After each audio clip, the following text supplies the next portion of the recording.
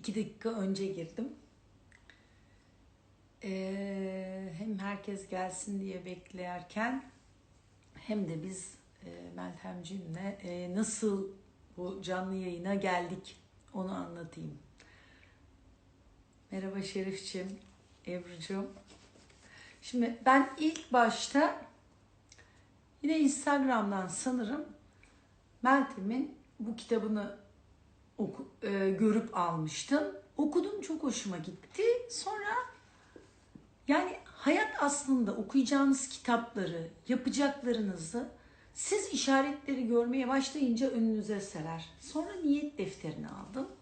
Şimdi de yeni okunacaklarım, tabii ki adım Rüya olduğu için Rüya'yı ve biraz parayla ilişkimi düzenlemem gerektiği için bu para kitabını aldım. Ben bir yandan Meltem'in davet edeyim.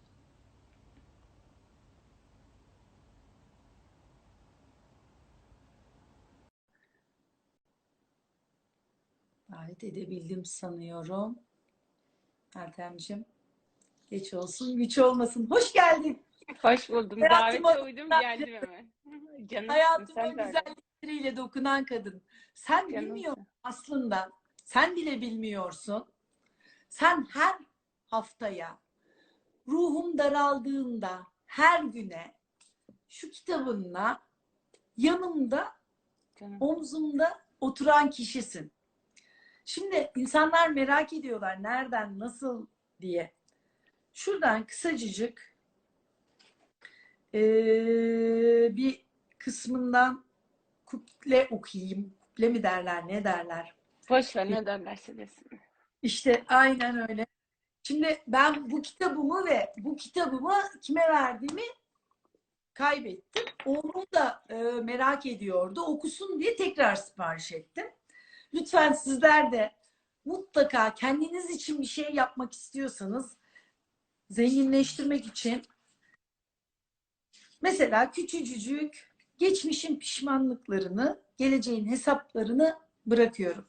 Özgürlüğe adım atıyor ve kendim olmayı kabul ediyorum diyor. Ben bunları güzel, işte beyin kraniyal çakraları rahatlatan, kalp çakrasını rahatlatan müzikler üzerine evde kendim oturdum. Hatta birinin ses kaydında kitabın böyle hışırtısını duydum. Ben derken böyle ruhum rahatlasın diye bunlardan okuduklarım, hatta bir tane videoda da bir arkadaşım sağ olsun hazırlayıverdi. Böyle isteyince denk getirip demin açtığımda önüme geliyordu. Heyecan yaptım herhalde. Canımsın ya. Katılanlarla birlikte okuyacağım diye böyle bir anda önümden saklandı. Ama ben olmayı seçmekten dolayı mutluyum. Şu andan itibaren kalbimden geleni hayatıma yansıtmayı, sağımı ve solumu, geçmişimi ve geleceğimi, geçmişimi ve geleceğimi, ruhumu ve bedenimi özenle, güzelliklerle hissederek birliğin içine davet ediyorum. Attığım adımlar kalbime huzur, bedenime sağlık, kazançlarıma bereket versin. Ben Amin. belki bilinçsizce yanlış yapıyordum. O Hmm. yüzden de şimdi bana böyle güzel dileklerde bulunmak isteyerek iyi niyetle ayağına taş değmesin, ışığın sönmesin, bereketin kaçmasın, her şey kötülerle karşılaşma dendiğinde iptal diyor. Ben hepinize iyi akşamlar derken yorumları kapatayım ki dikkatim dağılıp böyle nasıl konuştuğumu falan şaşırmayayım. Şimdi nasıl dilenecek? Neler anlatıyor? Tabii ki kitap mutlaka okuyun ama küçük küçük bize anlatsın çok istiyordum. Eyvallah. Evet evet sen uzun zamandır denk getiremedik yani. Evet, Senin yoğunluğun benim yoğunluğum. aynen Bu, öyle. bu akşam nasipmiş. Aynen nasip. Şimdi sen nasıl niyet edecekler? Hani kitabında çok genişçe yazıyor ama bilgilendirir misin? Takipçilerim de Seve, öğrensin. seve seve, seve seve. Yani ben ömrüm nefesim yettikçe anlatmaya devam edeceğim herhalde. Hislerimizi iyiliğe çalıştırmaya devam Evet, edelim. evet, evet. Yani önce şuradan başlayalım. Mesnevi gibi aslında. Hani Bişnev diyor ya, dinle neyin sesini, yani neden şikayet eder, ayrılığa düşmekten şikayet eder diye. Biz dinlemediğimiz sürece varlığımızdan ayrıyız, yani ayrılığa düşüyoruz ama kimi dinlemiyoruz? Önce kendimizi. Yani ağzımızdan çıkanı kulağımız duymuyor. Bizim çok güzel bir atasözümüz var biliyorsun. Yani ağzından çıkanı kulağın duysun. Bizim kendi Anadolu bilgeliğimizde, geleneğimizde zaten o kadar güzel atasözleri, o kadar güzel bilgece sözler var ki, ama söyleyip geçiyoruz. İfadeleri de öyle söyleyip geçiyoruz. Yani ifadedir ne olacak? Hı hı. İfadedir ne olacak dediğimiz şey söz akittir yani. Hani mesela evleniyorsun, nikah memuru dönüyor sana, bıdı bıdı bıdı bıdı şurada burada bilmem ne de kabul ediyor musun diyor. Yani sen resmi başvurunu yapmışsın, imzanı, hayır, sözlü teyit istiyor Onay alıyor. senden. Mahkemeye gidiyorsun. Hakim senden bir sürü belgeler bilmem ne, seni dinlemek istiyorum diyor. Değil mi?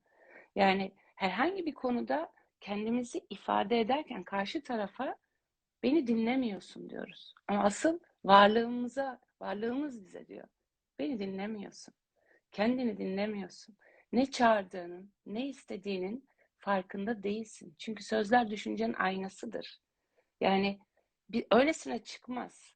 Bizim burada inanç kalıplarımız var sevgili Rüya. Yani biz bir şeye inanıyoruz. Aslında bütün öğretilerin, dinlerin, aydınlanmış olanların bize çağrısı şu: kafanda yarattığın dünyayı yık. Uyuduğun dünyadan uyan.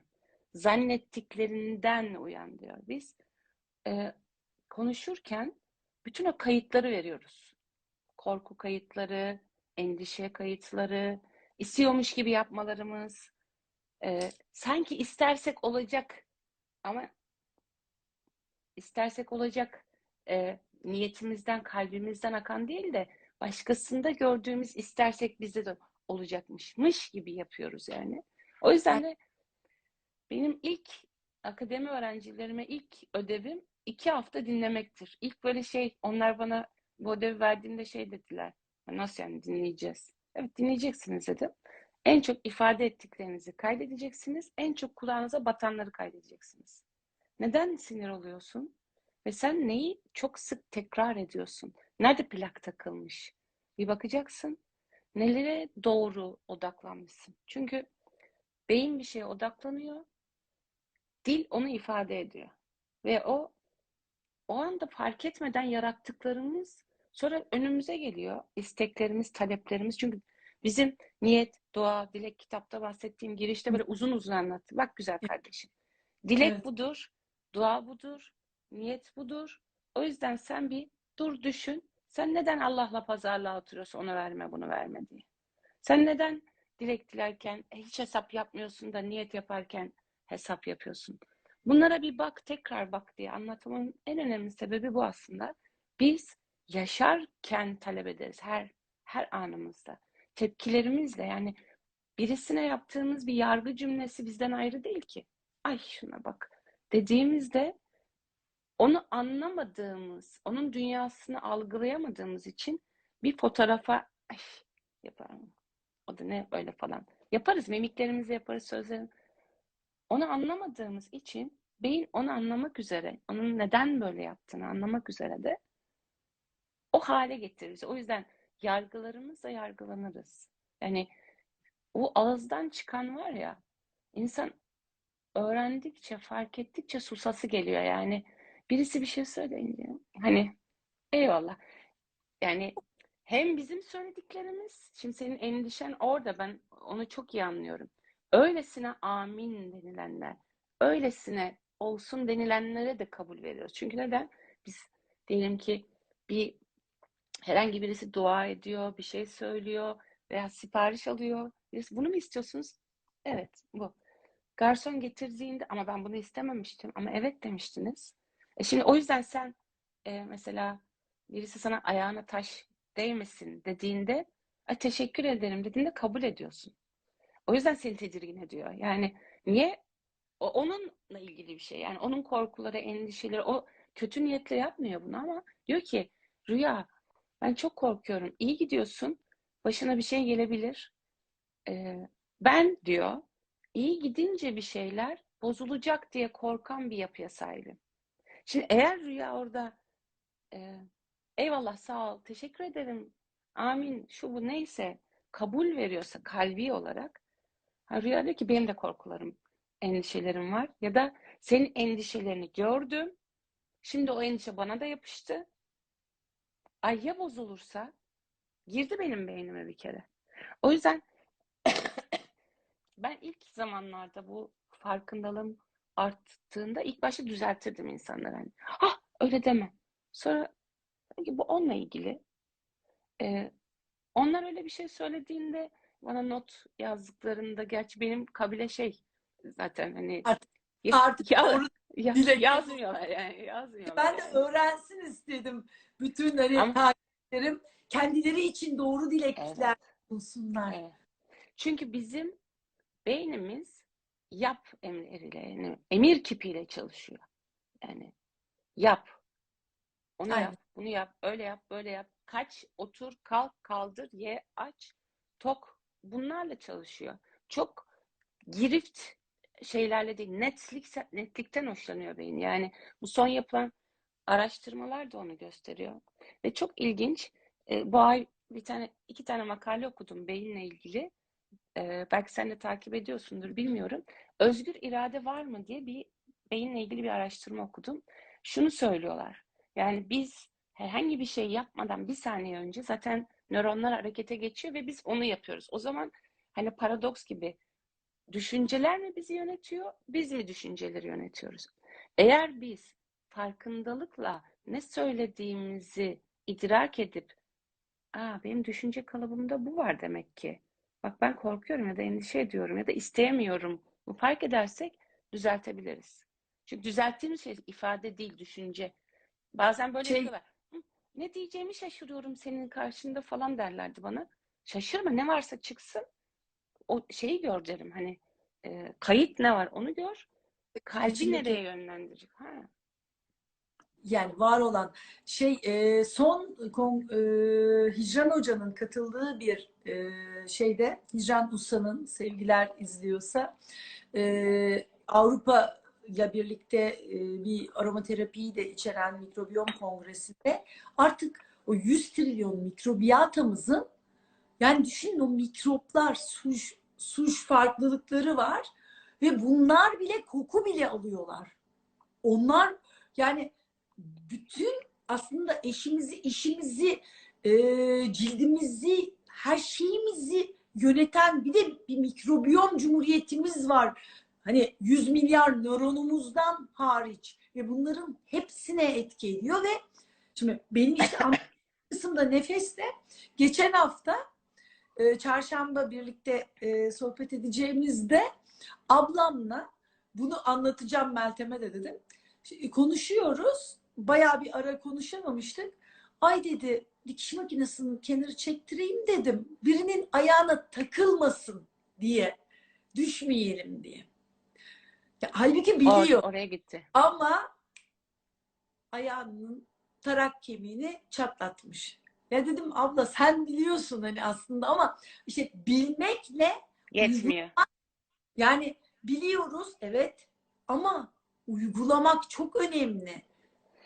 Şimdi bu son dönemde bu özellikle pandemiyle birlikte bu eğitimler, son belki 10 yıldır, 20 yıldır bu farkındalık, Hı bilgi hı. çok arttı ama pandemi sürecinden sonra benim gözlemlediğim, öğrencilerimle de konuştuğumuzda, atölye katılımcıları, çevremdeki insanlarla da çok sıkışık hissediyorum diyor.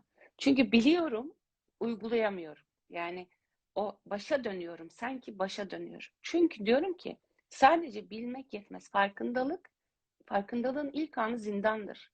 Çünkü cahillik dediğin, karanlıkta kaldığın yerde farkında değilsin. Şimdi fark ettin, bak beyni yönlendirdim, o köşeyi fark etti, ayağımı çarpabileceğimi fark etti. Bütün olasılıklar içerisinde o olasılığı seçtim. seçim yaptım. Gittim çarptım. Ben istedim de mi oldu yoksa ben sezinledim zaten çarpacağımı ondan mı oldu? Hayır sen hani şeyde Matrix'te vardır. Ben söylediğim için mi vazo kırıldı der kahin şeye Neo'ya yoksa sen yani çarpacaktın düşürecektin ben mi onu hissettim diye. Şimdi beyni nereye yönlendirirsek orayı fark ediyor.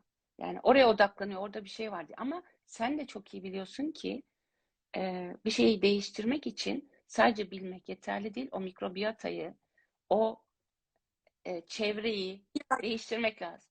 Şimdi ben 5-6 üniversitenin birlikte düzenlediği çocuk istismarı ile ilgili bir çalıştaya katılıyorum 2 senedir.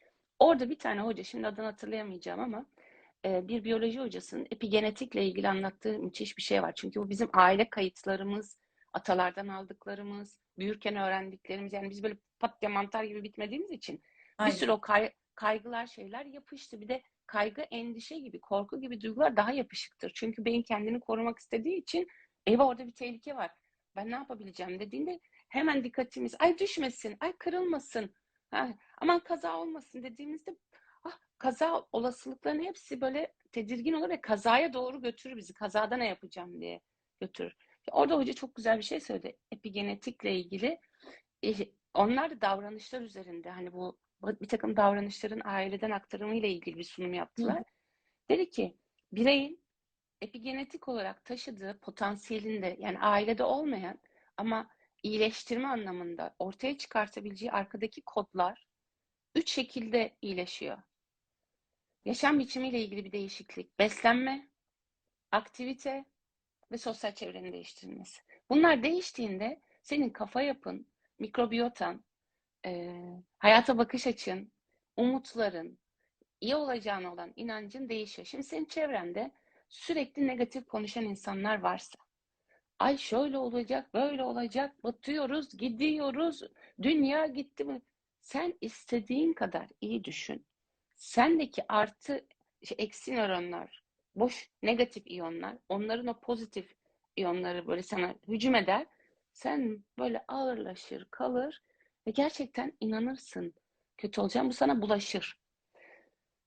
Ses de öyle bulaşıcı, ifade de bulaşıcı. O yüzden ben diyorum ki bu farkındalık arttığında ilk olarak çevrenizle olan ilişkiniz size batmaya başlar.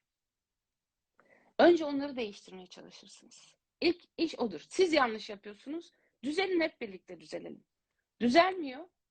Ya niye böyle bilmem ne itişme başlar. Sonra susarsın eğer devam ediyorsan. Anlarsın ki sen artık o topluluğa ait değilsin. Ya da aidiyetini yenilemelisin. Yani işte sabahtan akşama böyle televizyonda şunu bunu seyreden annene anne kapat demenle annen değişmez. Ama sen o odadan çıkabilirsin. Onun seçimine saygı duyarsın.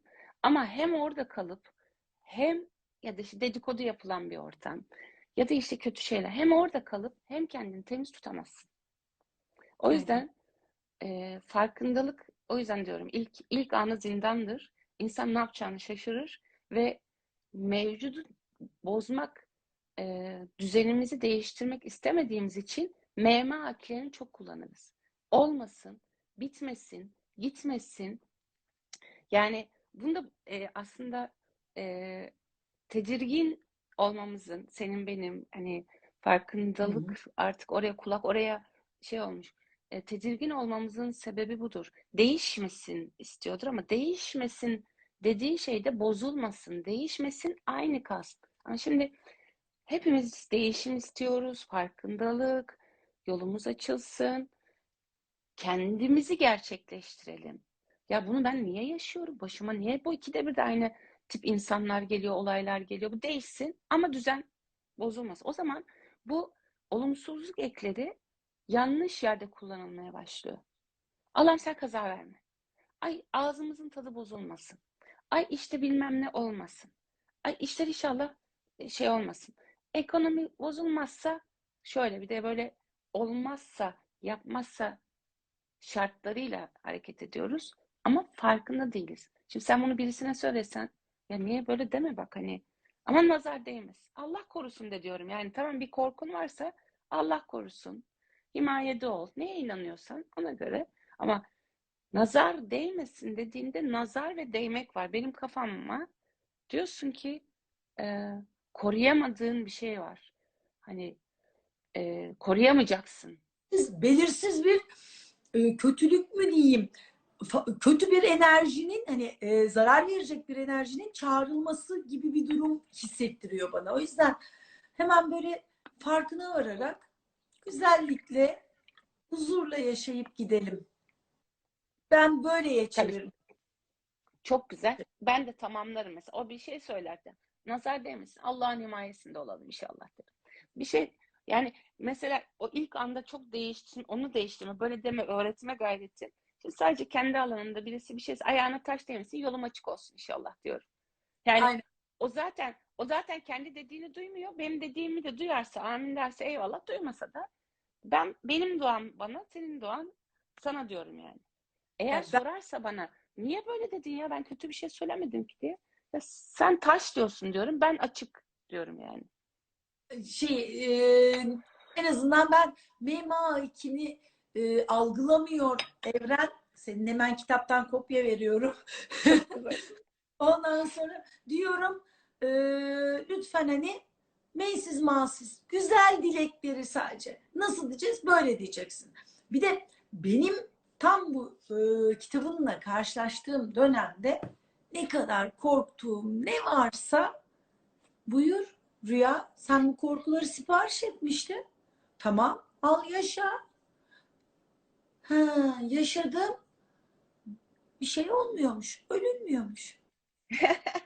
Bütün yollar nefese çıkınca ve o hani protonlar kötü, pozitif iyonlar, hidrojen ve aslında ETZ'deki hani o çi enerjisi, kadim bilgelikteki çi enerjisinin her bir hücrenin, inşallah önümüzdeki hafta içinde biyokimya hocamız Ayça hocayla da mitokondriyi anlatacağız.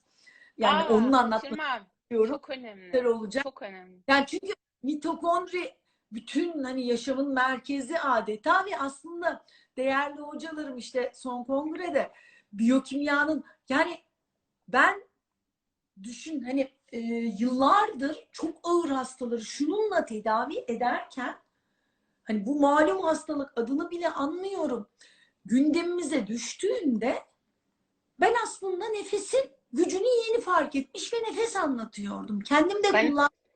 ben de seni nefesle keşfettim zaten. Yani onun üzerine ya dedim, insanlara nefes böyle güçlü diye anlatıyorum. Neden kendim de hani zaten hastalarımda en olmaz yaraları iyileştirdiğini görüyorken, nefesin gücünü biliyorken ben neden yapmıyorum? Sonra yapmaya başladım. Şimdi önceleri poliklinikte bakın böyle böyle çalışıyor dediğimde bakın benim de başımı döndürdü diyordum. Ama nasıl ki hani geçenlerde Reformer'a gittiğindeki kondisyon kazanman gibi akciğerden, hani sporcu olman, yüzücü olmanın ötesinde direkt akciğerleri çok güçlendiriyor. Hani yüzdüğün günün dışında da ciğerlerini güçlendiriyor. Spor yaptığın günün ekstrasında ya bedavaya bir bardak yerine bir 5 litrelik güce dönüşen bir şey. Şimdi tekamülün ne olduğunu pek çok insan bilmiyor. Ben de çok hüngür hüngür ağlarken, cama ceviz gibi arabanın içinde yağmur damlaları vururken bana tanımlayan kitaptaki böyle tekamül işte şudur gibi tanımını, ya Rüyacığım işte tekamül üzme canını, hani bu Bakara 216'da denen hani bu olan senin için hayırlıdır, bana bu şekilde açıklayan bir tanıdığım sonraları ben de yaşayarak öğretmek zorunda kaldım. Nedir tekamül? Senden daha güzel olur dinlemesi dedim. İnsanlar Eyvallah. öğrensinler.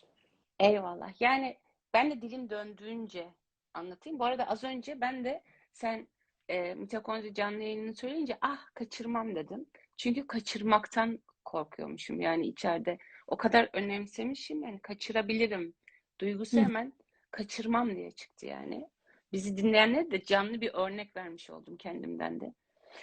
Aslında biz kendimizi, planımızı, potansiyelimiz neyse, içimizdeki neyse bunu gerçekleştirmek üzere geliyoruz bu hayata.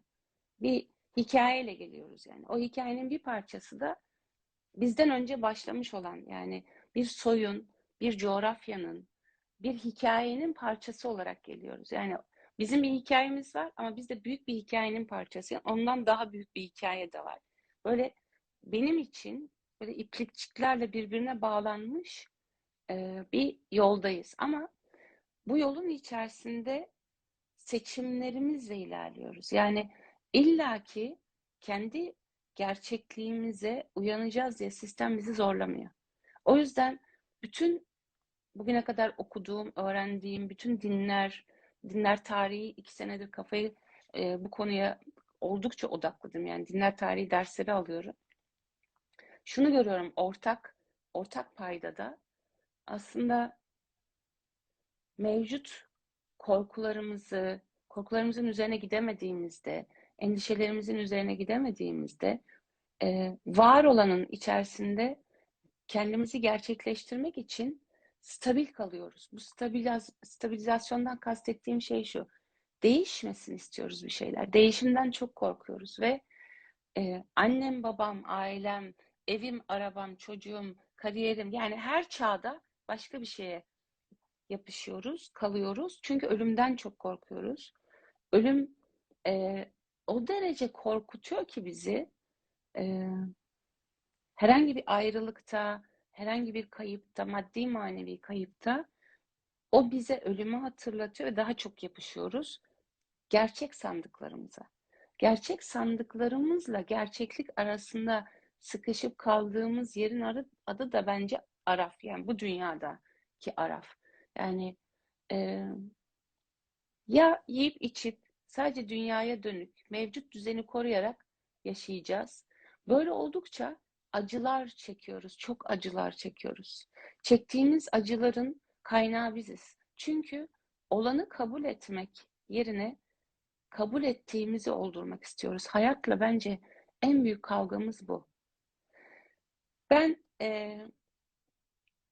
Cennet ve Cehennem kıssasında, Havva ve Adem kıssasında bize anlatılanları sembolik olarak anlatırım mesela. Yani orada insanın nefsaniyeti ve şeyi, oradan bir örnekle bunu detaylandırmak istiyorum. Orada çünkü dinler tarihinde de metinleri deşifre etmekle ilgili bir şey vardır. Bütün metinler e, her bir katmanda farklı şey anlatır. İbn Arabi e, Kur'an katmanlıdır der. Her okuyana kendi derinliğinden verir diye. Şimdi orada Havva ve Adem cennette her şeyleri var. İnsanın her şeyin var duygusu burada. Sana her şey verildi. Dünya hayatı senin için verildi ey insan. Yani cennet de olsa, dünya da olsa çevrendeki her şey senin ihtiyaçlarını karşılayacak gibi. Ve orada dokunulması yasak bir ağaç var. O sonra Rönesans döneminde elmaya dönmüştür. Aslında o uzak durulması gereken bir ağaçtır. Kur'an'da şu ağaç diye belirtmez. Ama işte belli ağaç isimleri geçtiği için incir derler, işte zeytin derler. Sonrasında elma derler ama aslında uzak dur diyor yani. O bir şeyden uzak dur. Sana verilmeyenden uzak dur. Ve sonra işte hepimizin bildiği gibi şeytan da zaten iddiası oydu. Ben insanoğlunu kandıracağım ve göreceksin ki bu insanlar hak ettikleri, yani senin onlara verdiğin değeri hak etmiyorlar. Yani çok böyle şey anlatıyorum. Hı hı. Sembolik. Neden? Sembolik anlatıyorum. En nihayetinde Havva elmayı ya da işte meyveyi alır. Çünkü şeytan onu çok heveslendirir. Yani niye, bak bütün hepsi senin de niye olmasın, alır ve cennetten kovulurlar. İnsanın huzurdan kovulduğu andır bu aslında. Yani şeytan nefsi, psikolojide egoyu, dinler tarihinde nefsi sembolize eder.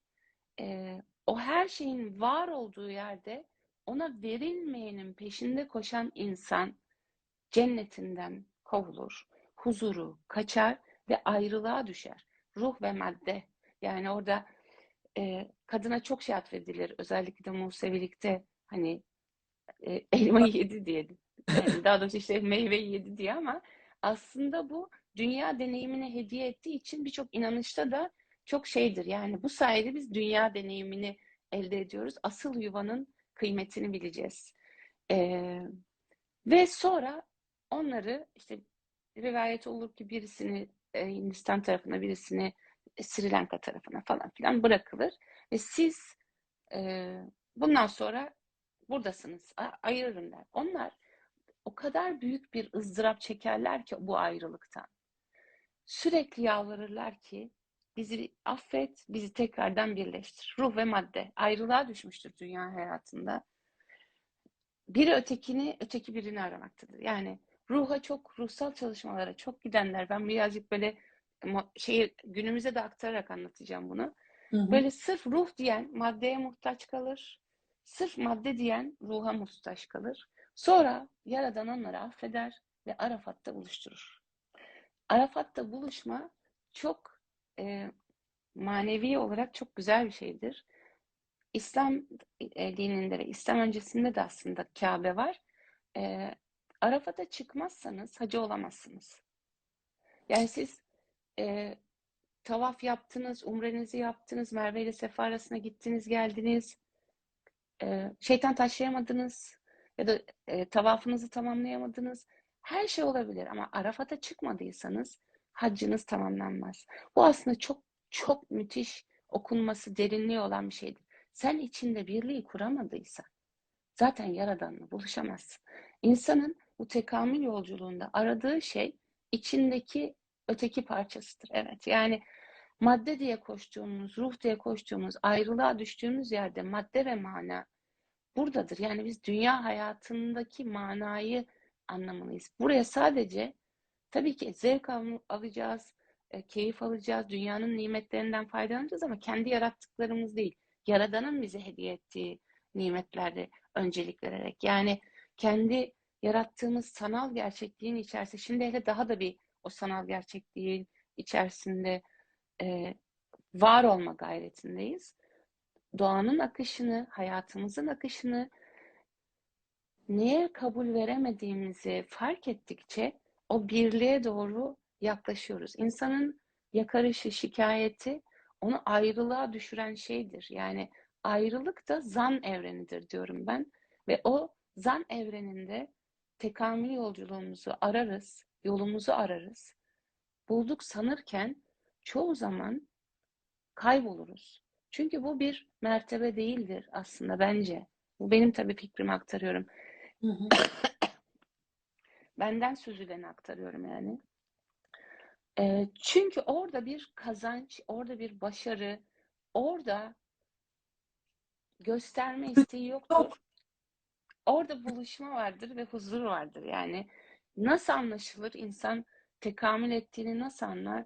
Bence huzur kalbinize yerleştikçe, arayışınız azaldıkça, beklentiniz hafifledikçe, olanı olduğu gibi kabul etmeye başladıkça, o Havva ile Adem'in Arafat'ta buluşması gibi içinizdeki birlik kuruldukça ölüm var, doğum var, yaşam var, yaşam yok demeyi bırakıyor insan. Olan var, olmayan var diyor. Bu e, yoldayız diye düşünüyorum ben her zaman. O huzur halini e, nasıl yaşıyorsak onu korumak diye bir şey yok. Hani nefes gibi. Yani nefesi çalıştım, aldım, iyi, çok güzel ama unuttum, kaydı, gitti, streslendim. Ay dedim, oy dedim. kadar. Şu Affedersin. serçe parmağına göre entübasyon borusu seçiyoruz biz. Şu kadar bir boruda bilmem kaç mikronluk bir kalp damarında aslında hayatımız, unutuyoruz. Ya da medulla oblongata'ya giden bir damar pıt tıkandığında bitiyor. Şalter Bitti. kapandı, bitiyor. Ama unutuyoruz. İnsan unutan yani. Yani pazartesi günü yoğun bakımda bir psikozlu hastamızın 15'inde çekilmiş tomografisinde çarşaf gibi açık akciğer. 21'inde çekilen tomografide sönmüş. Cerrahi olarak sıvı yok, sönme yok. Kendiliğinden sönmüş. Oradaki balgamlar buradaki yolu sol tarafa giden bronşu tıkamış. Çalışmıyor hasta psikozlu olduğu için.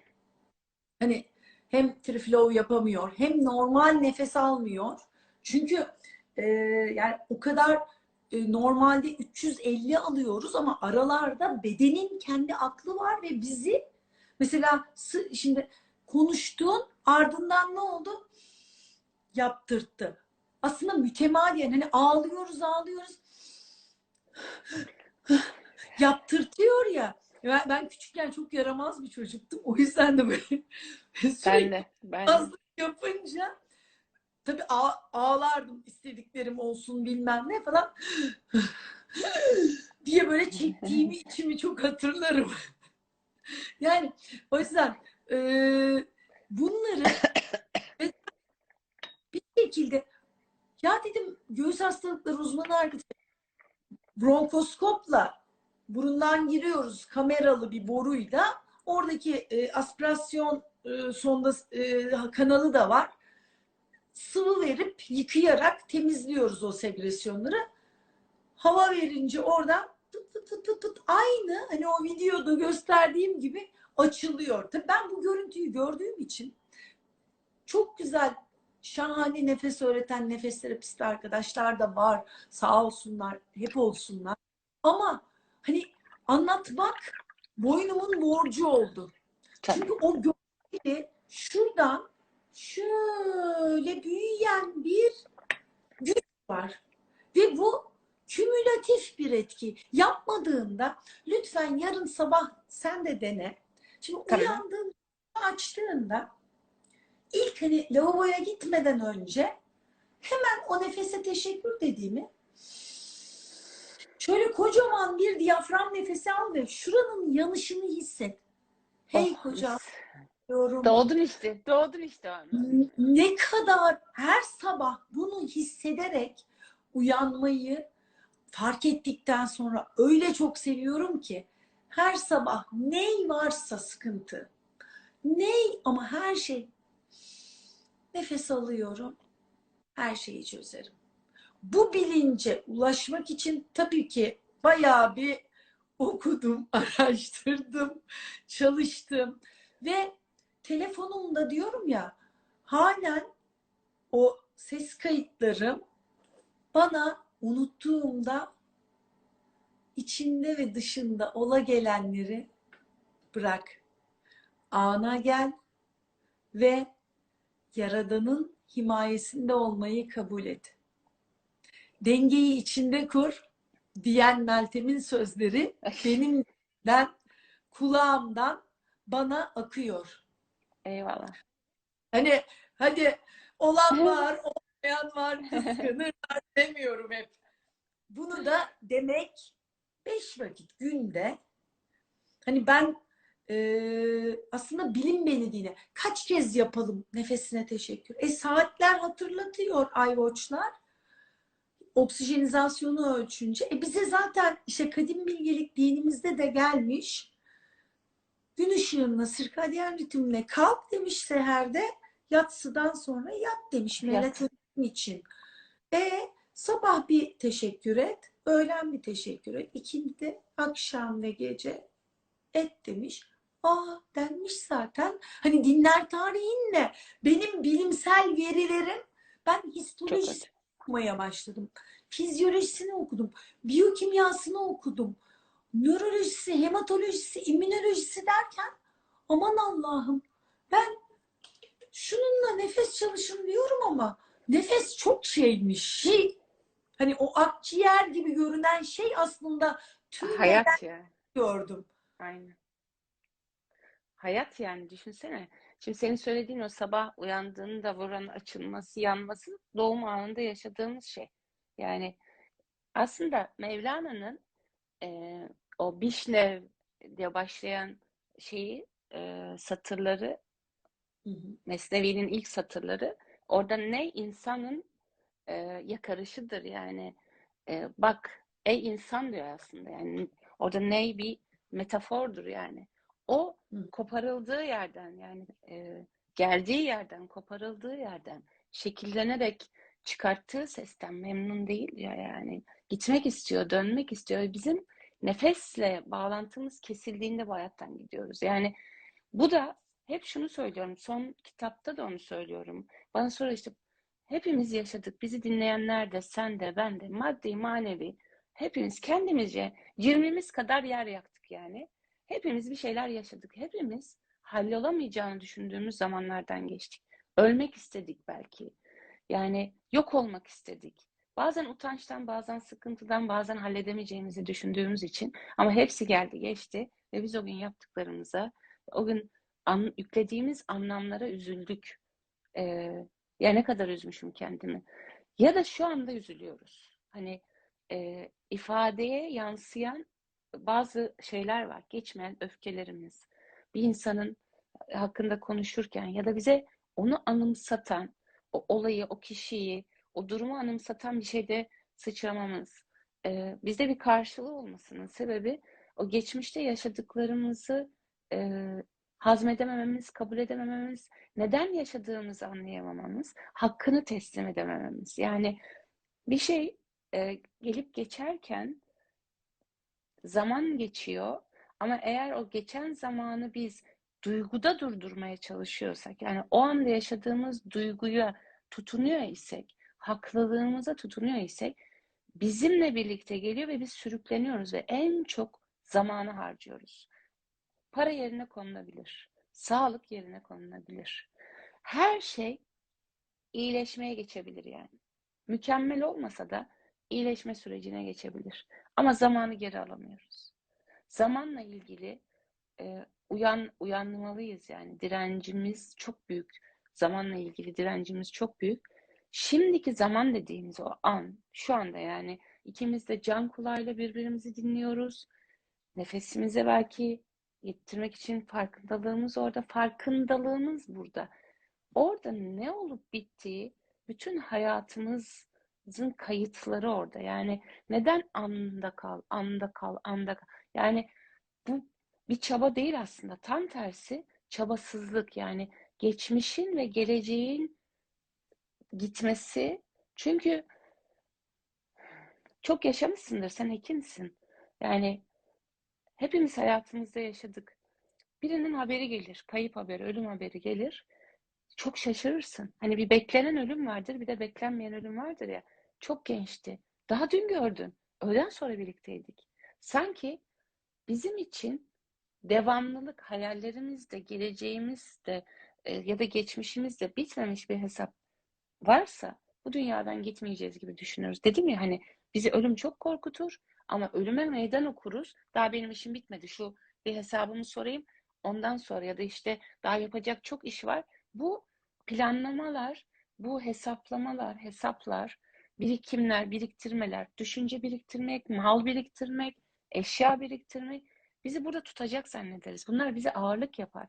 Az önceki hani o sorunun devamı olarak hem de niyetle ilgili de Hı hı. yani bizi tekamülümüzden alıkoyan budur. Ama biz şimdiki zamanda şu anda yapmak zorunda hissettiklerimizle yapmak istediklerimizi çok iyi biliriz. İçimizden gelenle yapmazsam olmazlar çatışır bizim içimizde. İşte o kalp sesiyle zihin sesi bana çok sorulur. İşte ne zaman kalp, ne zaman e, zihin, hani hangisini izleyelim, hangisini şey yapalım. Tasavvuf yoluna intisap etmiş bir şeye mürşidinin ilk verdiği şey zikirdir. İfadedir. Yani bu zikir sadece esma değildir. Bugün herkes sadece yani esmalar üzerine yoğunlaşmıştır ki yani esma ilmi çok derin ve çok dikkat edilmesi gereken bir şeydir. O konuya da bir ufacık sonra bir değinelim. Çünkü Hı bilinçsizce yapılan çağrılardan biridir şey. Yani böyle oyun alanı değildir bazı ritüeller, bazı hı. tekrarlar şeyler. Zikir verir rüya. Hı hı. Mesela bu en ünlü zikirlerden biri. Yunus Emre'ye Tapduk Emre'nin verdiği ben bilmem zikridir. Çünkü Yunus e, şeyden geçmiştir, medrese eğitiminden geçmiş, çok bilgili bir adamdır yani. Ve herkese verecek bir cevabı vardır. Herkese laf yetiştirir. Hocası da ona der ki, Yunus, herkese bir cevabın var. Bundan sonra senin zikrin ben bilmem. Şimdi tasavvuf ahlakında şu vardır. Dil söyler, kalp dinler. Kalp ona uyar. O Hı hı. yüzden kalp uyana kadar, o zikir gerçekleşene kadar o tekrar devam eder. O ben bilmem, ben bilmem, ben bilmem. Bir süre sonra zihin çekilir, kalp birisi bir şey sorduğunda ben bilmem der artık. Otomatik çıkar.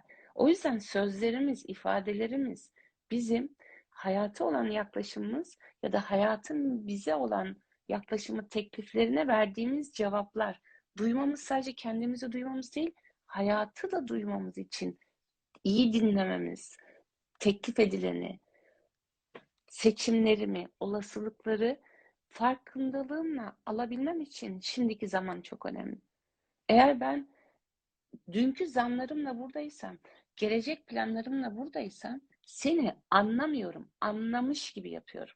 Senin bana söylediğin üzerinden bunları toparlayıp birleştirip Rüya bana böyle demek istiyor. Ha bak Rüya da böyle demek ki. Şuna benziyor. Ya da ha biz Rüya ile şöyle şöyle beklentiler ya da geçmiş izler. Ben Rüyayı tanımıyorum ki. İzin vermiyorum ki tanımaya. Ben kendimi tanımaya izin vermiyorum kendime. Etiketler, tanımlamalar, bir sürü şey içerisinde kaybolmuşum. Bilirsem, öğrenirsem olacağım zannediyorum. Kendim olacağım zannediyorum. O yüzden bence bu çağda artık Google'u kutsal bir kitap gibi kullanan bizler için ben bilmem tekrardan gelmedi yani. Ben bilmem yani. Ben bilmem gerçekten o mema ekinin doğru şey yani biliriz ben bilmem. Yani ne olduğunu bilmem. O zaman ne var? Hayat bildirir. Ben neyi bilmem? Ben yarın ölüp ölmeyeceğimi bilmem. Ben nefesimin nereye kadar yeteceğini bilmem. Değil mi? Ben sıkıntımın nasıl sonlandırılacağını bilmem. Biz soru sor. Ha babam soru soruyoruz yani. Nasıl oldu? Nasıl öderim? Nasıl yaparım? Ay nasıl giderim ki ben oraya? Hı? 15 gündür takip ettiğim bir doktor arkadaşım bana sürekli ölmeyeceğim değil mi Rüya dedi. Ölmeyeceğim değil mi sürekli? Ya dedim arkadaşım ben hani bunu bilemem. Bilmem. Ben Yarın bilmem. ne olacağını bilmiyorum. Her gün arabayla gidiyorum, geliyorum, trafiğe çıkıyoruz. Yani trafiğe çıkma.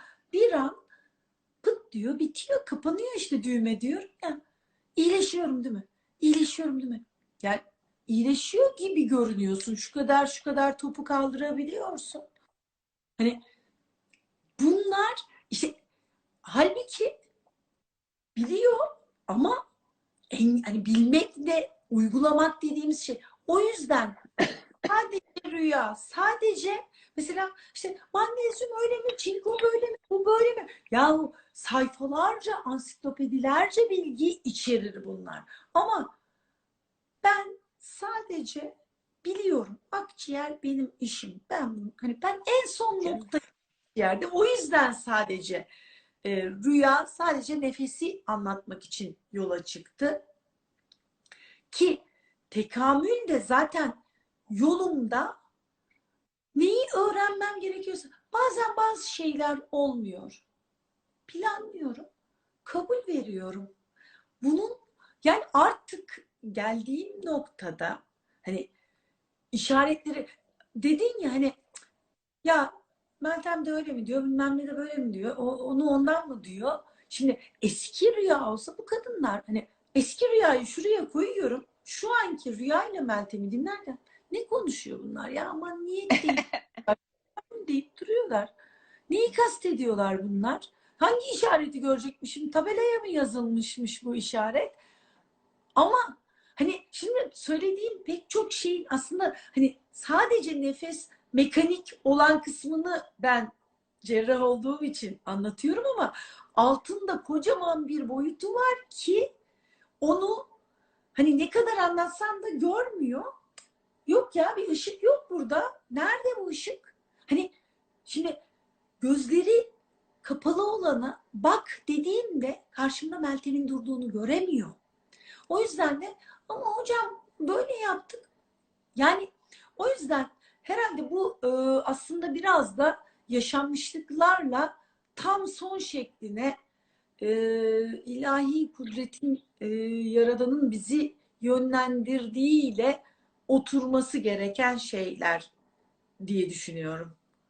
Hani şuraya inmesi mutlaka ki o milimetrik her şeyin planlandığı ilahi varoluşta gerçekleşiyor. Bir mucize gibiyiz yani.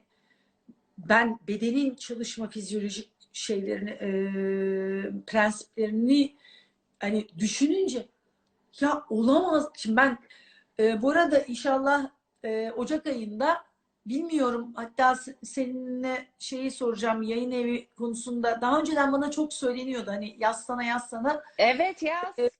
Bütüncül tıp kitabı için tıbbi bilgileri O iş, derleyip o iş bende. Ne istiyorsan tıbbi bende. bilgileri derleyince ben, sen bu konuda çok tecrübesin. Ya dedim ben bunu e, Ayşe teyzemizin anlayacağı şekle Hah dönüş yaşa. Yaşa Rüya. Bunu istiyoruz. bir Gözünü seveyim yani. İspirasyon demeyeyim de nefes alma diyeyim. Parasempatik demeyeyim de rahatlatma sistemi bedenin diyeyim. Antenler, reseptörler demeyeyim de hani televizyonun enerji sinyalleri aldığı antenler var hücre membranında diyeyim. Böyle bir Türkçeleştireyim. Bir sürü gecelerimi harcadım tıp kitabı için, yazdım bunları. Süper. Türkçeleştirmesi daha kolay. Ben zaten hani teyzecim amcacım diye konuşan bir doktor olduğum için hani Korkutelinden işte Cezmi Bey'i anlatır şeklinde anlatayım istiyorum. Öyle anlat lütfen. Çünkü çok özür dilerim. Lafına girdim ama ben Yok, bütün hekim arkadaşlarıma şunu söylüyorum. Doktorlarla konuşmayın. Arkadaşlarınızla konuşmayın. Konstülasyon yapmayın. Yani bize konuşun. Ben anlamıyorum ki, ben hani çok okurum, çok hekim arkadaşım var. Kendim çok rahatsızlık yaşadığım için can kulağıyla dinlerim. Ailemde çok hasta hikayeleri vardır. Yani az çok böyle şey okurum. Sen söyle. Tahlil makale. okurum. Yani makale okurum, araştırırım. Onun arkasında ne vardır, ne olabilir anlayayım diye. Ben anlamıyorum diyorum. İnsanlar ne yapsın? Yani gittim ben. O diyor ki oradan hücrenin içerisinde, ya sonuç bana de ki bunu yap bunu yapma de, gözünü seveyim diyorum yani. Yani Hekimler arasında konuşmayın, bizimle konuşun diyorum. aktin miyozin fibriller arasında bilmem ne oldu da bilmem ne. Ben bunları anlatırım. Çok güzel anlatırım. Juxtapulmoner reseptörlerden Hering-Bauer refleksini 1,5 litrenin üzerine çıkınca medulla oblongata karbondioksit satürasyonu dediğimde hiçbir şey anlamaz. Hiç kimse bir şey anlamaz. Ama ben promposyon deseydim bir sürü insan şifalanmamış olacaktı. Ben secde, Evet, bildiğin secde dedim. Zaten en çok da şu o süper oyuncak, ya. yani oyuncakçıdan Hülya Kayhan için şimdi ben ona şifa olsun aromaterapinin nefesle işleyişini anlatmak için nefes anlatmaya gideceğim. Ya dedim ne bulsam da, yeğenimle kız kardeşimin doğum günü var, parti malzemecisinden buldum ben bunları. Su balonu şişirme aparatı. Hocam bunlar nerede satılıyor? Bununla mı çalışacağız? Ya yok, bunlar su balonu. Yani akciğer bunun çok çok kat ve kat üstünde. Allah'ım ya, yani inanılmaz şeyler. İşte bunları hep kitaptan okurlar ayrıntılı ve ben inanır mısın yazarken bildiğim bilgilere olamaz böyle bir şey ya falan şeklinde bir su içmeye, çay doldurmaya falan gittim. Sabahlara kadar İzmir'deyken yetiştireyim diye kitabın dokümantasyonunu çok böyle emek verdim. Ay dedim ben bunu neden normal hani doktorlar anlasın diye yazdım ama ben bunu neden Türkçeleştirmeyeyim? Herkese şifa olsun. Ben bunun için çıkmadım mı yola falan şeklinde böyle bir niyete durdum. Allah izin Doktorlara şeyde anlatırsın şekerim. tıbbi kongrelerde. Kongrelerde anlatırsın. Yani bize anlat sen. Biz anlayalım. Biz Aynen ne işte aynı o videondaki gibi yani. Bize anlat. Videolarında anlattığın gibi. Çünkü inşallah öyle yapacağız. Sen az önce bir şeye daha değinelim demiştin. söyle Esma. bakayım hocam. Esmalar ha. Şimdi hani niyet ve ifadeler, sen çok şeysin bu konuda, biliyorum, hassassın. Az önce de şunu söyledin. Sorularla ilgili de birkaç bir şey söylemek istiyorum. Ben nasıl bir şey bulabilirim diye sordun ya Hülya Kayhan'a giderken. Sorduğumuz her soru cevaplanır ve seni o parti evinde ararken algıda o balonu gösterdi sana. Beynin işi bu işte. Yani ben diyorum ki şu Google'a inandığımız kadar beynimize inansak. Search gibi, geçen kızım bir şey söyledi. Dedim ki bak şöyle düşün. Beynin Google arama motoru. O ara kısmına yazdığın şey de beyne verdiğin komut. Bunu nasıl tamamlarım değil de bunu kolaylıkla tamamlayayım dediğinde beyin hemen gidiyor, diyor ki bunu kolaylıkla tamamlayalım. Ya içeride minik minik diyorum adamlar, arılar, nasıl istiyorsan metaforla senin için çalışıyor. Ne görev verirsen nasıl yapabilirim? Şimdi senin soru doğru. Ne, nasıl anlatabilirim? Ne olabilir? Arıyor. Dırt dırt dırt parti evi. Sen buna tesadüf diyoruz işte. Sipariş veriyorsun. Tevafuk. Bu Yani nasıl oldu falan diyoruz yani. Sipariş ya vermiştin, haberin yok. fonksiyonel tıpta roka, işte taze soğanın polifenol, flavonoidlerden zenginliğinden artık marul yerine mesela tüm salatalarında daha çok roka, tere, daha organik böyle yeşillere, taze soğana özellikle. Akşamüstü hastanenin önünde arabayı park ettiğim bankamatiklerin oradan, ay dedim pazara gitmeyi de üşeniyorum. Hemen bankamatiklerin karşısında almak istediğim miktarda 2 bağ roka, 1 bağ işte taze soğan. Hani o günkü şimdi aklımda değil. Hani ben, ya benim için alır mısın desem, sen bana getirsen böyle O kadar getirir. olur. Ve ben böyle tüylerim diken diken oluyor. Yani artık hani bu işaretleri işte şimdi o eski rüya görmüyordu ya da Hah, dilemeyi bil- yaşar. dilemeyi bildikçe, ya bunu şimdi birisine anlatsam, ya hani Sen hadi de canım, çok takmışsın bu işlere falan da. atıyorsun ya, amma attın der diyorum. Tabii hani böyle şükürler olsun.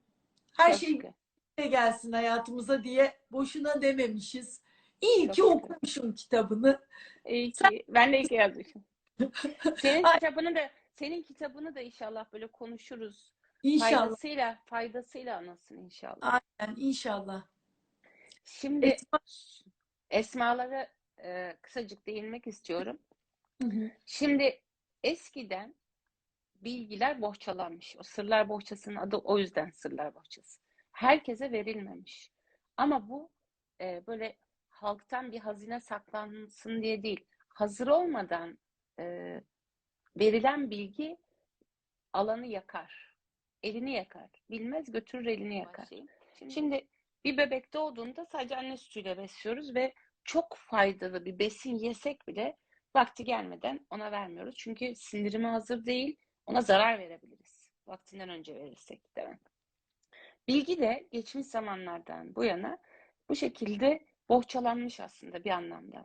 Yani kişi hazır olana kadar o bilgiden uzak tutulmuş. Bunun sebebi de yanlış kullanımı ya da e, yanlış kullanımına engel olmak için, aslında yadası yok bunun. Hani kendine zarar vermesin diye ve kademeli olarak açılmış. O yüzden de mesela felsefe okulunu ilk kuran biliyorsun Platon'dur. Daha doğrusu ilk akademiyi kuran Platon'dur. Seçicidir. Sokrat seçicidir. Bütün felsefeciler tasavvufta öyledir. Seçicidir. Çünkü öğrenci hazır olmadan ona bilgi vermenin bir anlamı olmadığını üstatlar bilir. Fakat şimdi bilgi çağında bilgi saçıldı ortaya, saçılarak saklanıyor. Yani sırrı gene korunuyor ama insanlar kendilerini bilgiyle e, daha da mevcut ruh hallerini daha da karmaşık hale getirebiliyorlar. Bu esmalar da bu tarz bilgiler de buna dahil diye düşünüyorum. Çünkü e, arındırmadan, ruhu, bedeni arındırmadan, e, hazır olmadan kişi anlam, mana dünyasında, çünkü şimdi hayat hep o karanlık ve aydınlığın, o yani doğrunun ve yanlışın içerisinde gidip geliyor. Yani hepimizin inkar etsek de etmesek de karanlık tarafları var. Kıskançlık, öfke, kızgınlık, korku, endişe, çekememezlik, bunu ne kadar terbiye ederek nefsimizi ne kadar farkındaysak ve ne kadar tutuyorsak, tutabiliyorsak, kontrolümüzün altındaysa o zaman seçimlerimiz doğru oluyor. Yani şimdi nefsaniyet dediğimiz şey ego, yani diğer taraftan da. Yani sen hırslarından arınmadan, sen hayatını sadeleştirmeden, yolculuğunu durulaştırmadan, kalbini dinginleştirmeden, zihnini berraklaştırmadan o bilgiyi onun içine attığında büyüyen şey, açılan şey her zaman iyi gelmez. Yani ben bunu kendi hayatımda da yaşadım. Hazır olmadan e, mana dünyasında çok derinlemesine gittiğinde resmen öyle benim maddi konularda depremlere sevk etti hayat. Resmen o diye bu tarafa düştüm. Ki bir üstad uyarmıştı o zaman beni. Çok gençtim. Dedi ki çok hızlı gidiyorsun yavrum. Sakin. Daha sakin. Ama hevesliyim böyle yani. Daha çok okumak, daha çok böyle hissetmek istiyorum. Uçuyorum. Bildiğin uçuyorum. Dank dedi, beni bir indirdi. İflas ettim. O oldu bu. Ben artık sadece dünya işleriyle uğraşmak zorunda kaldım. Sonra zamanla konuştuğum insanlar, okuduklarım, bunun bir edeple yapılması gerektiğiyle ilgili bana çok bir açılım verdi. Şimdi esma konusu İbnül Arabi'nin konusudur aslında. İbnül Arabi e, vahdet-i vücut felsefesini tasavvufa getiren kişidir. Aslında tasavvufu derinleştiren kişidir diyelim. Yani birçok şey onun şeyinden gidiyor. Onun esmaları çıkartması, hatta gezegenlerle, astronomdur da gezegenlerle, saatiyle vermesi, şeyle vermesi o gün gizli bir bilgiydi. Yani gizli dediğim belli bir zümrenin uyguladığı, zaten bir edepten, bir şeyden geçmiş insanların uyguladığı bir şeydi. Zaten o yola girmiş, e, amel defterleri olan, kendi nefslerini terbiye çekmiş insanların uyguladığı şeyler. Oradaki bilgiyi alıp hop burada iki tane şey, yani artık öyle şeyler gördüm ki işte eş bulmak için, ev satmak için, yok işte onu yapmak için şunu çek, bunu yap. Ben şahsen benim kendi dünyamdan burada hani bilgiyi paylaşıyoruz birlikte. Bunun çok sakıncalı olduğunu düşünüyorum. Çünkü insan e, kendi karanlığını daha görmeden, nereye serptiğini bilmeden aldığı o şey, e, hırsla aldığı o ateş nereyi yakar bilmiyoruz. Yani tekamül böyle bir şeydir. Çünkü seçim yaparsın. Yani sen, o yüzden hesap vardır. Aslında o hesap insanın kendine ilk önce vereceği hesaptır. Yani kendini cehenneme düşürmek, yaptıklarından yapmadıklarından pişmanlıktır.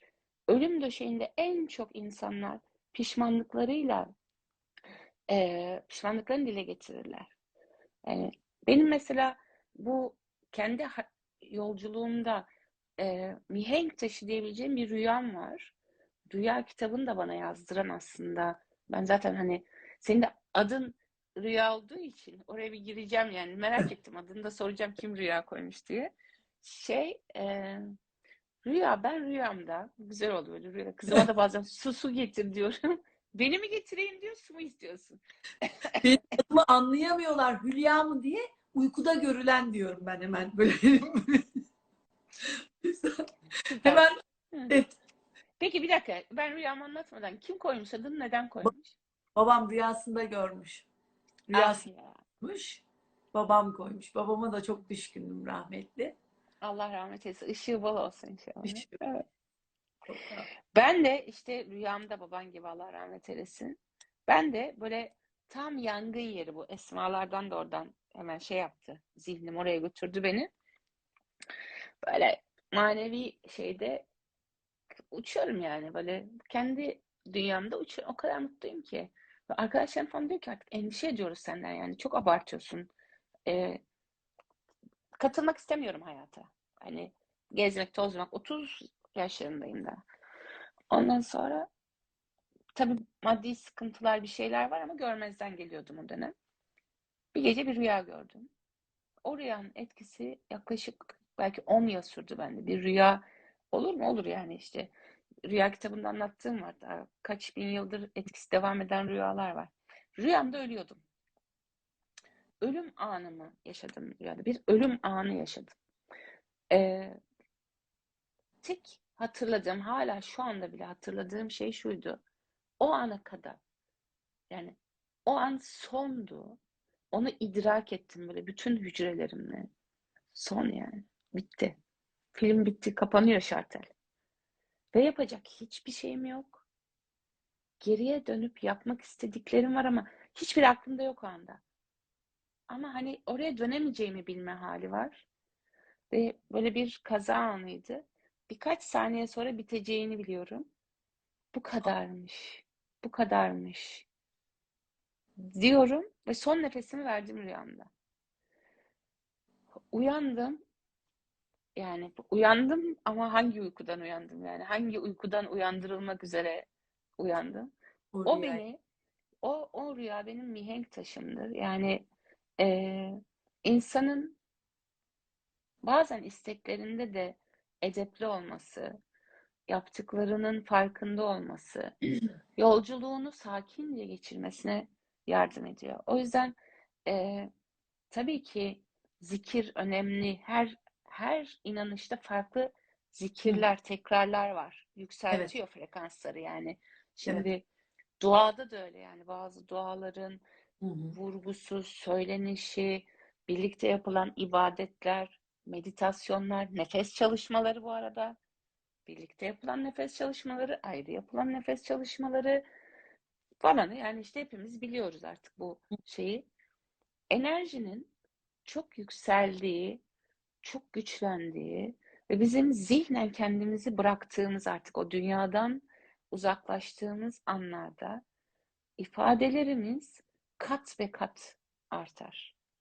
Ve orada yarattığımız şey bir çanak anten gibi çekim yasasını çalıştırır. O yüzden bunları yapmadan önce bir arınma yapmalıyız. Hem bedensel hem ruhsal ve o çalışmalar bittikten sonra da o hali korumalıyız. Neden? Çanak açık. Sen şimdi bilgisayarı kapat, telefonu kapat, hadi görüşürüz Rüya. Bitti yayın. Öyle değil. O frekans yayılıyor senden daha dalga dalga. Geliyor. Sen yaptın, düşündün, ritüel, o bu neyse yaptın. Tamam da bir frekans yarattın. Hala o yaratım alanının içerisindesin. Sen çıktın zannediyorsun. O modern dünyada hızlıca o alana hap hap hap hap hap hap atıyorsun. Yargılar, kelimeler, cümleler zaten hırsla istediğin bir şeyi yani. Tamam verir yani. Ama o çekim yasasında ne var ne yoksa süpürür getirir. Ama istediklerimiz huzur vermeli bence. Yani niyetlerimiz, dileklerimiz kalbi olarak bizi oh be çok şükür dedirtmeli, değil mi?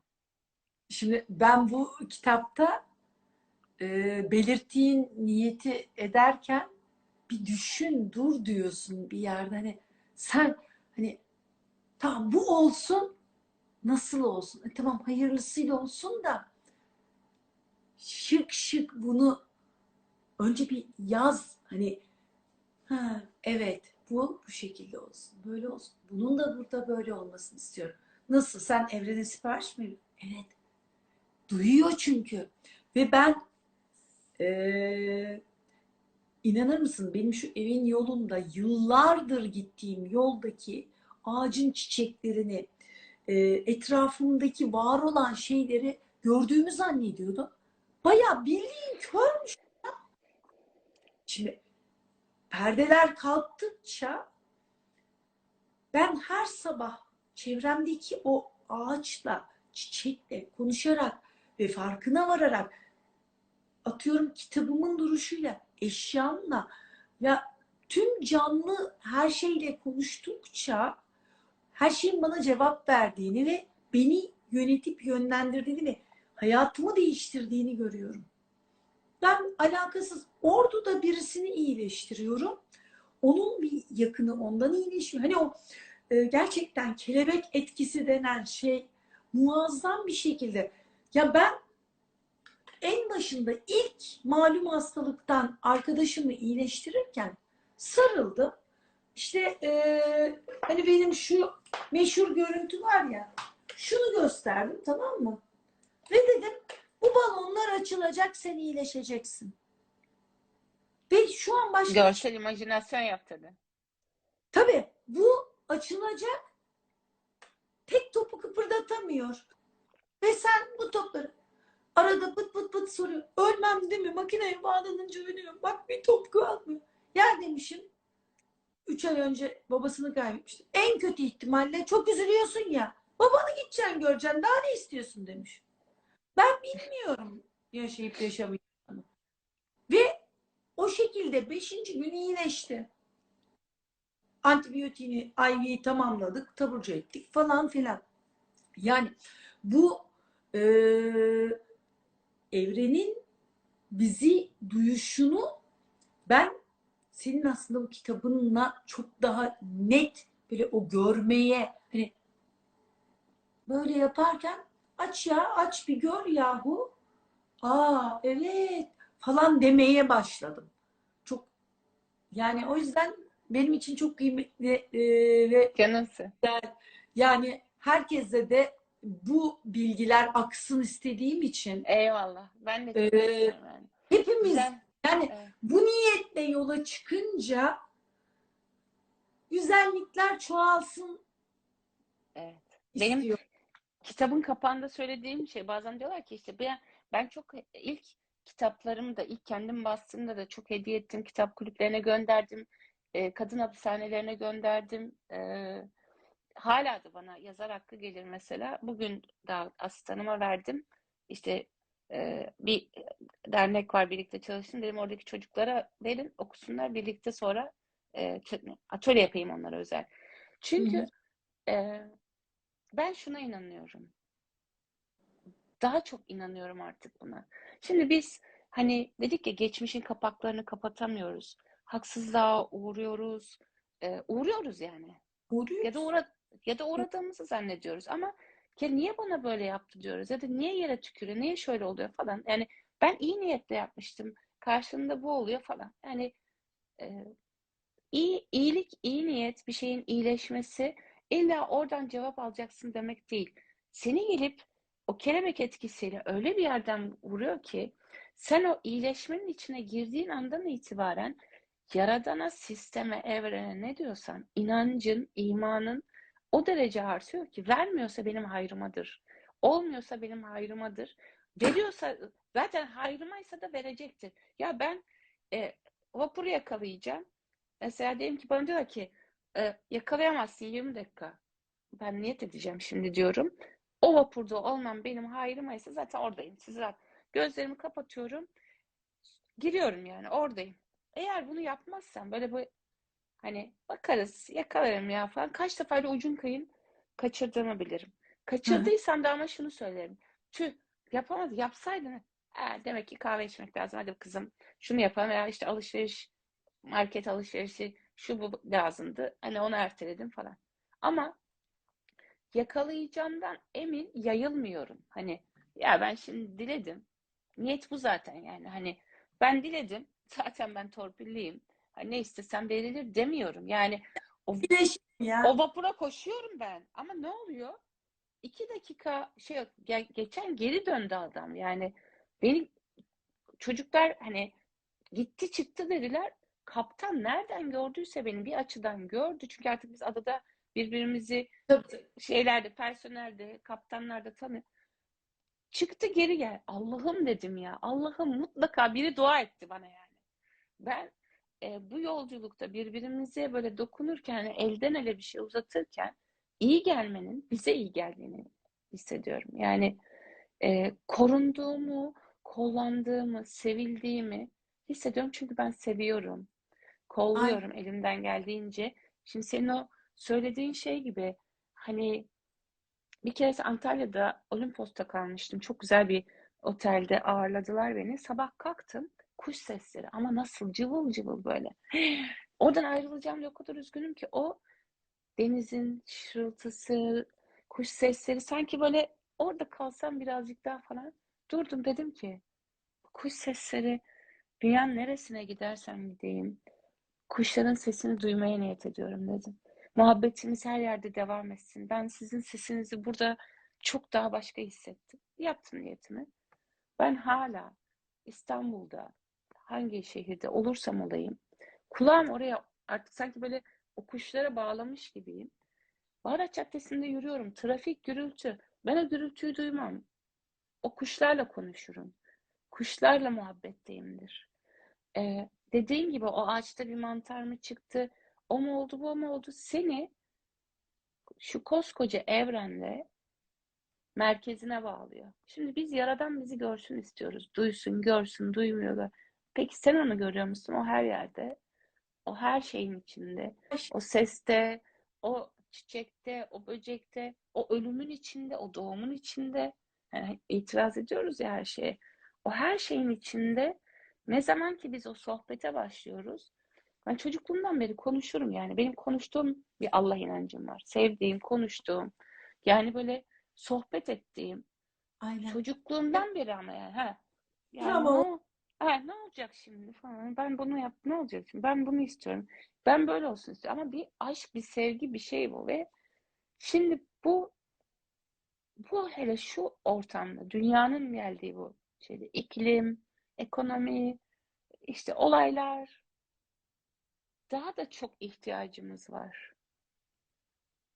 Sadelikle kalbe bağlanmaya. aynen. Kalbe bağlanırken tekniğe, şuna buna ihtiyacımız yok. Bilgiye de ihtiyacımız yok. O yüzden Arabi yine şey der, kendi hocasından aktarır.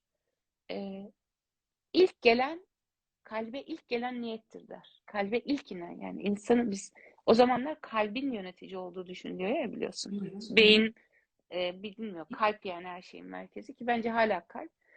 Kalp. Şöyle 60 kez elektriksel alan mı 5000 kez de manyetik alanı beyinden daha fazla. İnsan kitabında Ufuk Hocam'ın bahsediyor. Ufuk Hoca çok güzel onun şeylerini böyle sembolize edip çok güzel gösteriyor, şematize etmiş. Şimdi kalple de akciğer yan yana, iç içe. Ben şunu söylüyorum. Mesela kendim bunu yapıyorum yani. Ben de insanım. Telaşa da düşüyorum. Kaygıyı da yaşıyorum. Duygu denilen şey benim. Ben beşerim yani. Duygularımla varım. Ve bu beş duyumla algılıyorum dünyayı. Yani bu beden bende olduğu sürece bende duygu Aynen. yok diyene ben inanmam. Ben inanmam. İyi rol yapıyor derim yani. Anladın mı? Hepimizde duygu var. Hepimizde her an sapma olasılığı var. Hepimizde her an kayma olasılığı Denge var. Ama ne kadar ben kuru. aynen, telaşa düştüm. Bir şey olduğunda yani duygu beni ele geçirmeye başladı. Şu elimi kalbime koyarım. Sen attığın sürece buradayız kardeşlerim.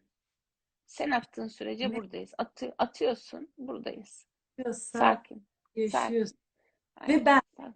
nefes anlatma yolculuğumda aşamadığım, işte insanız, beşeriz. Nefes çalışıyorum, spor yapıyorum, öyle yapıyorum, böyle yapıyorum. Aşamadığım zorluklar oldu. Ağlıyorum. Beden akıllı tutamıyor kendini, ağlatıyor. Rahatla diye. Parasempatik sistemini çalıştırmak için. Yani beden aklını yaşadım. Döndüm, döndüm, döndüm. Hep paylaştığım bir mor çiçek vardır. Biraz sonra yine paylaşırım. O kadar değişik bir çiçek ki Somali'de, köşede. Bir yıl önce gittiğimde yoktu. Bir yıl sonra orada kocaman olmuş. Böyle mandavilla sarmaşığını andırıyor ama çok farklı. Şimdi çiçeğin yaprakları dökülüyor Meltem. O çenetleri büyüyüp şöyle bir şey oluyor. İçinde böyle tablet gibi bir yerde palizatik dizilmiş, sanki kara hindibağının tüycüğü gibi tohumları var, böyle tüyle uçuşan. O bulunduğu yerden uçup kenarı savrulmuş. Ve oralardan yeni fidanlar çıkmış. Şimdi ben ağlıya ağlıya çiçeğin etrafında dönüyorum. Allah'ım diyorum. Elim burada. Bana, biliyorum artık senden gelen her şeyin hayrıma olduğunu, senin biriciğin olduğunu biliyorum. ve bunun sebebini göster diyorum. Ağlıyor En ağlıyor. çok bunu istiyoruz zaten yani. Çiçeği gördüm. Bir baktım. Hani evre evre çiçeğin üzerinde ya bunlar. Tohumunu gördüm. Sonra bir tohum yarılmış böyle içinden o parazitik dizin. Sonra birkaç uçan tohumu gördüm. Sen neyi dert ediyorsun Rüya dedim.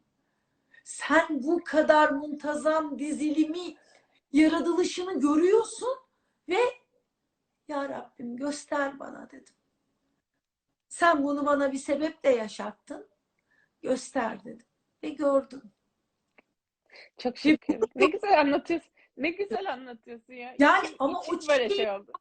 o kadar muhteşem güzel bir çiçek ki. Ve ben işte sabahın 5'inde kalktım getireyim diye, yasakmış, getiremedim. İnşallah Somali'den gelen arkadaşlar, asistan kardeşlerim geliyor bazen. Görüşüyoruz onlarla. Getirebilirlerse çok mutlu olacağım. Yani çok güzel, çok dostluklarım, çok güzel insanlar hayatıma girdi. Orası sayesinde de çok güzel bebeklere, canlara dokundum. Oh. E, Yaradan hep yanımızda. O çiçekle konuştu seninle işte. Yani şimdi ben mesela sembollerle ilgili de bunu söylemiş. O sembolü mü kullanalım, bu sembol o değil yani. Konu aslında tam bu değil. O anda çiçek olarak göründü sana yani. Hani o çiçekle konuştu. Yani Benim senin mutfağım senin üzerinde farkındalığını oraya götürerek konuştu. mor kanat var. Ben Sırlar Bohçası'nı okuduğum dönemde bahçe balkon yarışması vardı Antalya'da. Oraya katılırken dedim yuvamı o kanatlar korusun, mor kanatlar. Kelebekler koydum su borusuna. Hani böyle hep böyle sembolleri kendimce bahçenin dizaynında dizdim. Oh, Bazı şahanesin. yani hayatıma uygulama yolculuğunu da gerçekleştirmeye çalışıyorum.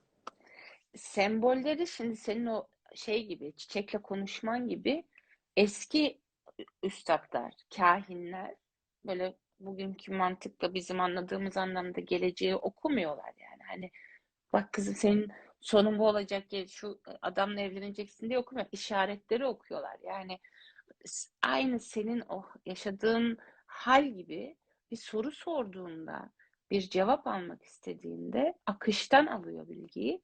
Ben hep şunu söylerim. Birisi bana bir gün şey demişti. Sen niyetle ilgili bir eğitim mi aldın ki dedi. Böyle kitabı ilk yayınladığım zamanlar tam böyle bu eğitimlerin falan yapıldığı bir fuar düzenlenirdi. Natural diye eskiden.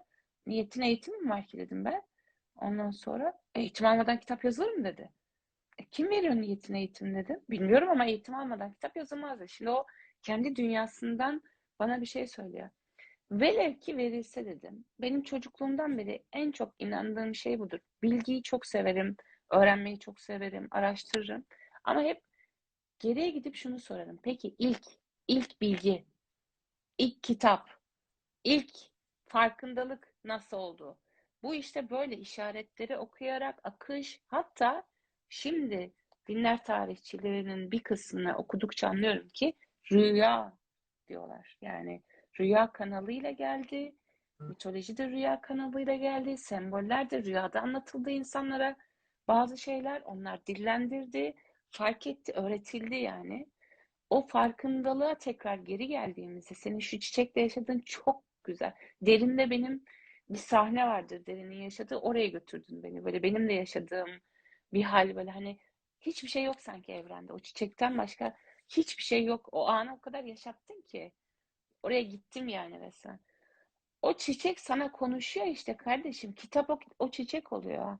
Cevap o çiçek, kitap o çiçek. Her şey o, sen o çiçek. Yani her şeyini aldın oradan sen. O senin kalbinde öyle bir yer etmiş ki artık. Onu kimse söküp atamaz zaten yani. Ben hemen bir böyle çıkarım bahçede çiçeklerime, mutlaka zaten çiçeklerime derim göster bana ya Rabbim. Sıkı sen varsın. Dert yok. Her şeyi çözümler. Aynen. Ben de senin gibi E, işaret çağırırım. Ben şöyle bir sorulara kabaca bir bakayım. Tamam. Kaydedin demişler. Pasiflora çiçeği değil. 33 sayısı 3-4 aydır her yerde karşısına çıkıyormuş. Nasıl okumalıyım diye soruyorum. 33 için, 33 sayısı için ezoterik bilgiler ruh sayısıdır. Çünkü Hazreti İsa'nın öldüğü yaştır. Hem peygamberliği hem öldüğü yaştır. Ruhsal yolculuğun başladığı yaş derler. 3 yeniliktir. Hı hı. Yani o şeyde de kutsal üçlemelerde de yani bütün Hı hı dinlerde bu hı. kutsal üçleme vardır. Ruh, beden, zihin üçlemesinde de anne anne baba çocuk yenilik yani iki var olan bir araya gelir yeni bir şey oluşturur. Üç yeniliktir. Üç yolculuğum, üç yanına geldi asıl yolculuğum. Yani ruhun yola çıktığı yaş olarak veya sayı olarak söylenir. Yani 33 ruhsal yolculuğun sembolüdür. O zaman güzellikler hayatınıza gelecek diyelim. Gelecek, gelecek. Gelsin. Yani çağrı var yani diyorum. Edin diyelim. Ee, insanların bizimle ilgili olumsuz duygu, düşünce ve eylemlerinden onlarla muhatap olmadan ve onlara zihnimizde yer vermeksizin nasıl korunabiliriz? Korunmak için neler yapabiliriz? Şimdi hani ilk videoda konuştuğumuz o korku, endişe gibi şeylerde zaten sembolleri de o yüzden yazdım. Yani hani bizim zihinsel olarak bir rasyonel elle tutulur bazı şeylere ihtiyacımız var. Gördüğümüzde işte nazar boncuğu, koruma sembolleri farklı farklı. Anadolu'da hala mesela e, boynuzları asarlar Kapadokya bölgesinde Nevşehir'de kapılara. Bu Hı çok hı. eski zamanlardan kalmıştır. Yani görünce onu ben korunduğumu hissederim. Şimdi çok böyle duygu beni ele geçirdiyse, bir endişe hali varsa, yaşadığımız ortam gibi bir şeyse ben ritüelleri severim. Bir koruma sembolü, herkesin kendisi için bir koruma sembolü kullanılabilir. Üzerinde taş şey olabilir, fark etmez, evde olabilir. Bu bir. İki, düşünsel olarak bir başkasının bizim hakkımızdaki düşüncesini değiştiremeyiz. Eğer böyle bir düşüncemiz varsa bizim onaylanma ihtiyacımız çok yüksektir. Kendimizle değil başkalarıyla ilgileniyoruzdur. Gücümüzün, değerimizin farkında değilizdir. Bize birisi değersizsin dediğinde etkileniriz. Şimdi böyle bir durumda korunmak çok, duygusal olarak korunmak çok mümkün değil. Çünkü en ufacık bir şeyden etkileniyor isek biz çok müdahaleciyizdir. Yani sorulmadan gideriz, yardım etmek isteriz, iyi olmasını isteriz ama karşı taraf bizim için kötü düşünmez de istemez o yaptıklarımızı ya da görmez, değerini bilmez. Biz kendimizi o zaman değersiz hissederiz. Benim bu soruyu soran arkadaşıma ve bu soru böyle bir sorusu olanlara söyleyeceğim şey şu olur. Ee, Sorulmadan cevap vermeyin, yardım istenmeden kimseye yardım etmeyin, diretmeyin, ısrar etmeyin. Görürsünüz o zaman daha değerli olursunuz. Bir sembol daha vereyim.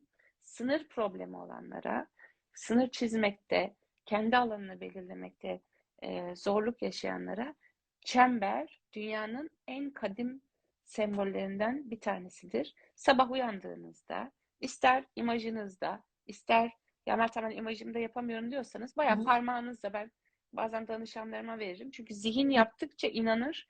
Etrafınıza bir çember çizin dönerek ve bu benim alanım ve bu korumada. İster duanızı edin, Rahman ve Rahim olan himayesindeyim. İster ışıktan kendinize bir fanus, bir Kaan oluştur. Enerji. koruma alanı oluşturun. Ama bunu düzenli yapın. Çünkü alışkanlığa dönüştükçe bir süre sonra bunu artık otomatik olarak hisseder. Yani birisi ona bir şey yaptığında benim kalkanım var. Yani bu tür imajinasyonlarla da Evet. koruma yapabilirsiniz. Bedeninizi mesela strese giriyorsanız bedeninizi kapatabilirsiniz. Zaten otomatik yaparız bunu. Yani bir takım ritüeller, semboller geliştirerek de zihni oraya yönlendirebilirsiniz. Bu muhabbet sorular çok fazla. Şimdi Çok. o zaman ben özetle sembolleri Sırlar Bohçası'nı okuyarak derya, deniz, o da öylemiş mi, bu da böylemiş mi her şeyi öğreneceksiniz diyorum. Bunu mutlaka ama mutlaka doğru niyetleri ses kaydınızla açın. Hayatımın gidişini korkarak, kaygıya kapılarak, kendimi güvensiz hissederek ne olacağımı bilmemenin endişesi ile ilerlemekten ürkmüş ve kendimi durdurmuş olabilirim. Bu halleri bilerek ya da bilmeyerek hangi alanlarda yaptıysam Bu halden özgürleşiyorum. Şu anda eyleme geçiyorum. Önümü görmem, güvende hissetmem, bırakabilmem, coşkuyla ilerleyebilmem için destek verilsin. Rahman ve Rahim olanın himayesinde olmayı kabul ediyorum. Deyin, Oh, bitsin. Bunu parayla ilişkimi düzeltmem için, çünkü e, takdir edersiniz ki daha çok iyilik yapabilmem için daha çok para kazanmam gerektiğini evet. Bunu iddia ediyorum. Bunu iddia öğrendim. ediyorum. Evet. Öğrenmem gerekiyor. Bu yüzden aldım. Bu da rüyalarla bana gelen işaretleri daha iyi okuyayım diye. Zaten sayfasında bakarsanız Okyanus'un. daha ayrıntılı görürsünüz diğer kitaplarını da. Çok teşekkür ediyorum. Hasta hasta sesin yorgun Olsun. da yok Ağzın bal yesin. ama Hayatına emin güzellikler gelsin inşallah. oluyorum ki dualar senin her şeyini daha da güzelleştirecek. Hepiniz Ben sevgiyle kalın. çok Kendinize teşekkür ederim Rüya. iyi geceler, İyi iyi geceler. rahat dinlenmeler, güzel rüyalar diliyorum.